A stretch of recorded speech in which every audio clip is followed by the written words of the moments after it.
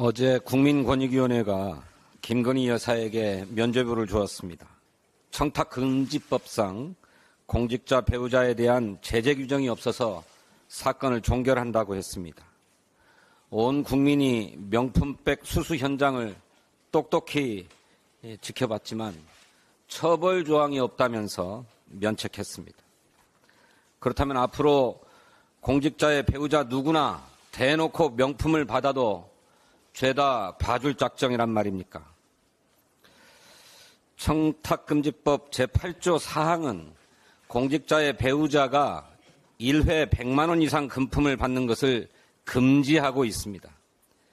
김건희 여사가 수백만 원에 달하는 명품백을 받은 것은 실정법을 명백하게 위반한 것입니다. 같은 법 제9조는 공직자는 배우자가 금지 금품을 받을 때 제공자에게 지체 없이 반환하거나 소속 기관장에게 인도해야 한다고 규정하고 있습니다. 또 그런 사실이 있음을 서면으로 신고해야 한다고도 하고 있습니다. 그렇게 하지 않으면 공직자는 3년 이하 징역 또는 3천만 원 이하 벌금에 처하게 됩니다. 과연 윤석열 대통령은 법이 규정한 대로 시행한 것입니까? 명백한 법률 위반에 처벌 규정까지 엄연히 존재하는데도 권익위는 아닌 척, 모르는 척 했습니다. 이로써 김건희 특검법 도입의 명분이 더욱 분명해졌습니다.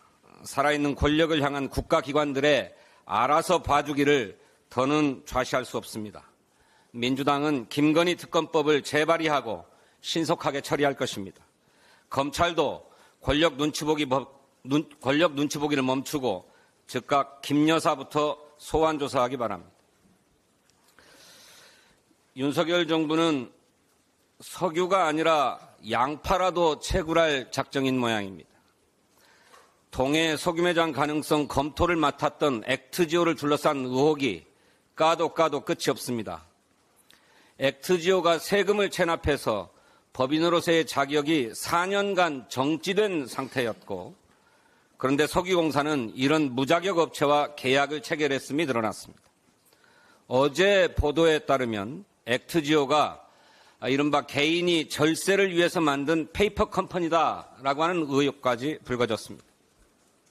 또 다른 보도에서는 탐사자료 정밀 분석 결과를 검증한 해외 전문가가 바로 그 액트지오 소유주인 빅토르 아브레우 고문의 2003년 논문에 공동저자로 참여한 이력도 드러났습니다.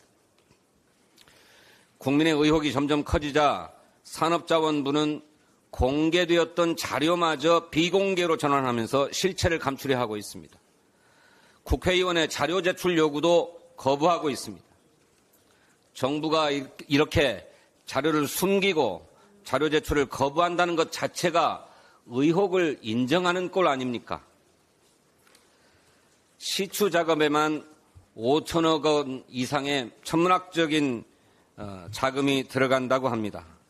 민주당은 산자위를 중심으로 제기된 의혹에 대해서 철저하게 검증할 것입니다. 의혹에 대한 규명 없이 시추 예산을 늘려줄 수는 없습니다. 자료가 없으면 예산도 없다. 이 점을 정부는 명심하시기 바랍니다. 민주당은 방송 정상화 3+1 4개의 법을 당론으로 추진하겠습니다. 방송 3법은 공영방송이 정치 권력의 간섭이나 외압으로부터 벗어나 국민의 입장에서 자유롭게 취재하고 방송할 수 있도록 하기 위한 법입니다. 방송사의 이사회를 전문성, 지역성 및 사회 각 분야의 대표성을 갖는 이사로 구성하고 사장 선출 방식을 보다 민주적이고 투명하게 하는 내용을 담고 있습니다. 또 하나 추가된 방송통신위원회 설치법은 현 방통위의 2인 체제와 같은 비민주적 운영을 방지하고 합의제 운영을 실질적으로 담보하기 위한 법입니다.